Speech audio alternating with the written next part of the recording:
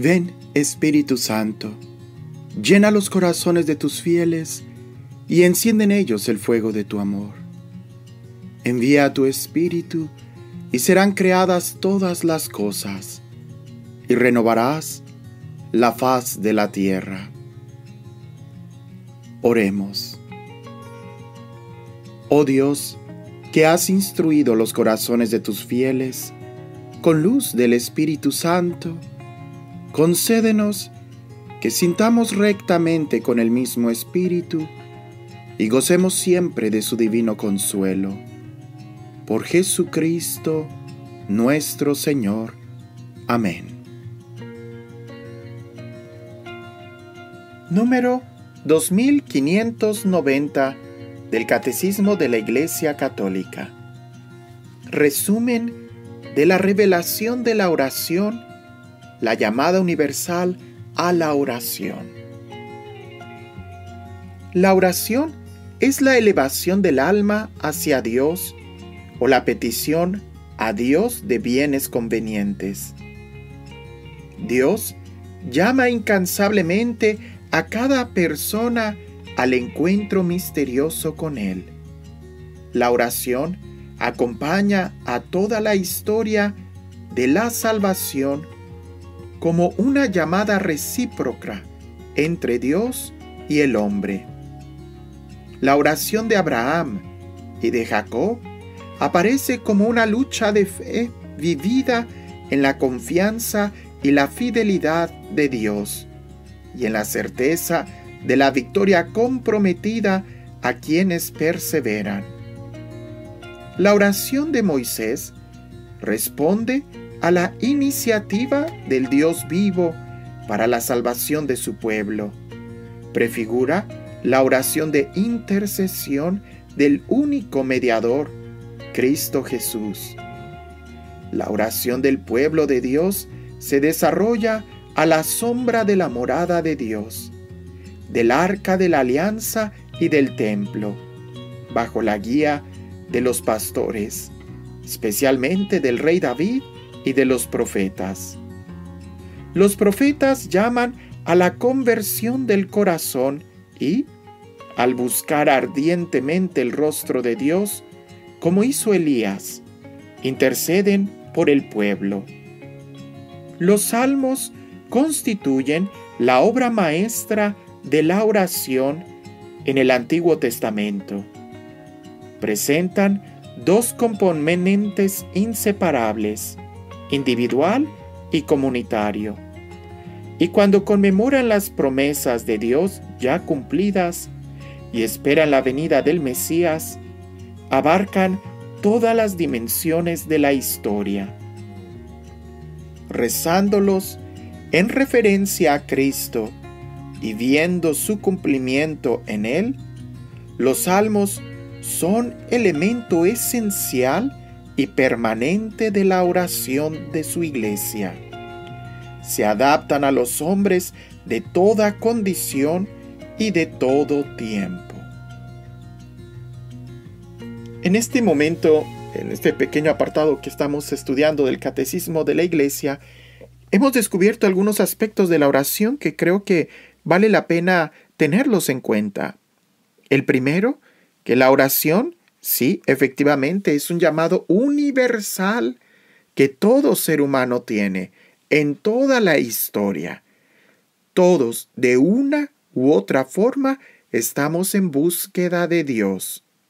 Claro, algunos, por no saber nada de Dios, lo buscan en lugares equivocados, en situaciones equivocadas o hasta en objetos equivocados, ¿verdad? Como sería el caso de muchísimas religiones naturalistas o antiguas que pudiéramos nosotros ver a lo largo de la historia. Pero tiene que quedar claro, es un deseo del corazón humano. Y si ese deseo no pudiéramos decir, no encuentra su fuente, pues va a quedar algo frustrado en nosotros. Es precisamente con Abraham en la historia universal donde Dios sale al encuentro y se empieza a revelar.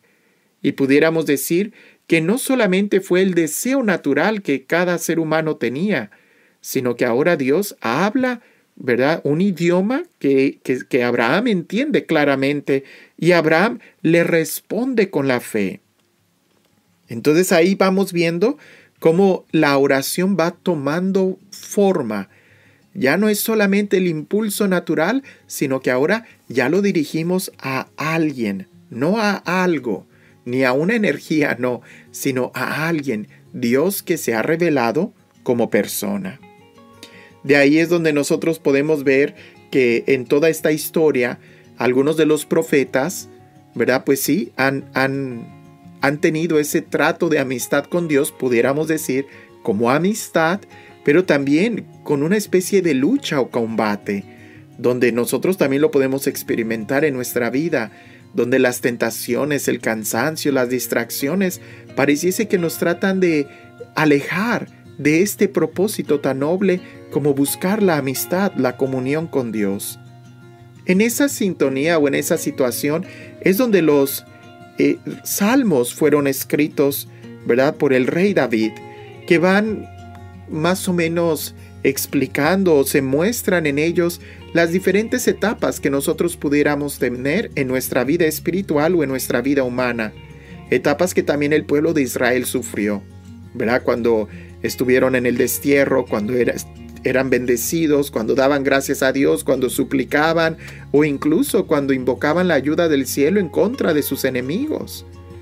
En los momentos de angustia, en los momentos de dolor, lo mismo podemos nosotros ver en nuestra propia vida, ¿verdad? Todos nosotros hemos experimentado momentos de alegría, de gozo, pero también hemos experimentado momentos de dolor, de tristeza, de angustia. Y ahí los salmos es donde de una manera muy clara vienen a ayudarnos, a orientarnos, porque no se concentran solamente en la situación emocional en la que estamos, sino que los salmos siempre se orientan hacia Dios. Pudiéramos decir, porque sufro, es Señor que acudo a ti, porque reconozco que tú eres el que sana, libera. O sea, tienen ese movimiento. De ahí que son una oración excelente. Además de que tienen también esa connotación cristocéntrica, pudiéramos decir. Señalan, ¿verdad?, a Cristo, al Mesías. Y indudablemente, al rezarlos hoy, con la revelación que ya tenemos del Mesías de Cristo, pues esto nos ayuda todavía a abrirnos más en esta dimensión espiritual.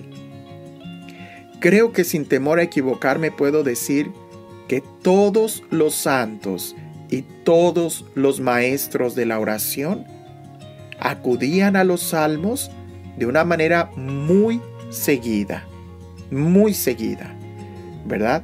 En la Sagrada Escritura sí, los evangelios tienen un lugar importantísimo, ¿verdad? Pero también los salmos, ¿verdad? Porque los salmos nos enseñan a responder a Dios no desde nosotros mismos, sino incluso desde la misma revelación que Dios nos da. Entonces, ojalá que podamos estudiar los salmos y profundizar más en ellos para que podamos crecer cada día más en nuestra vida.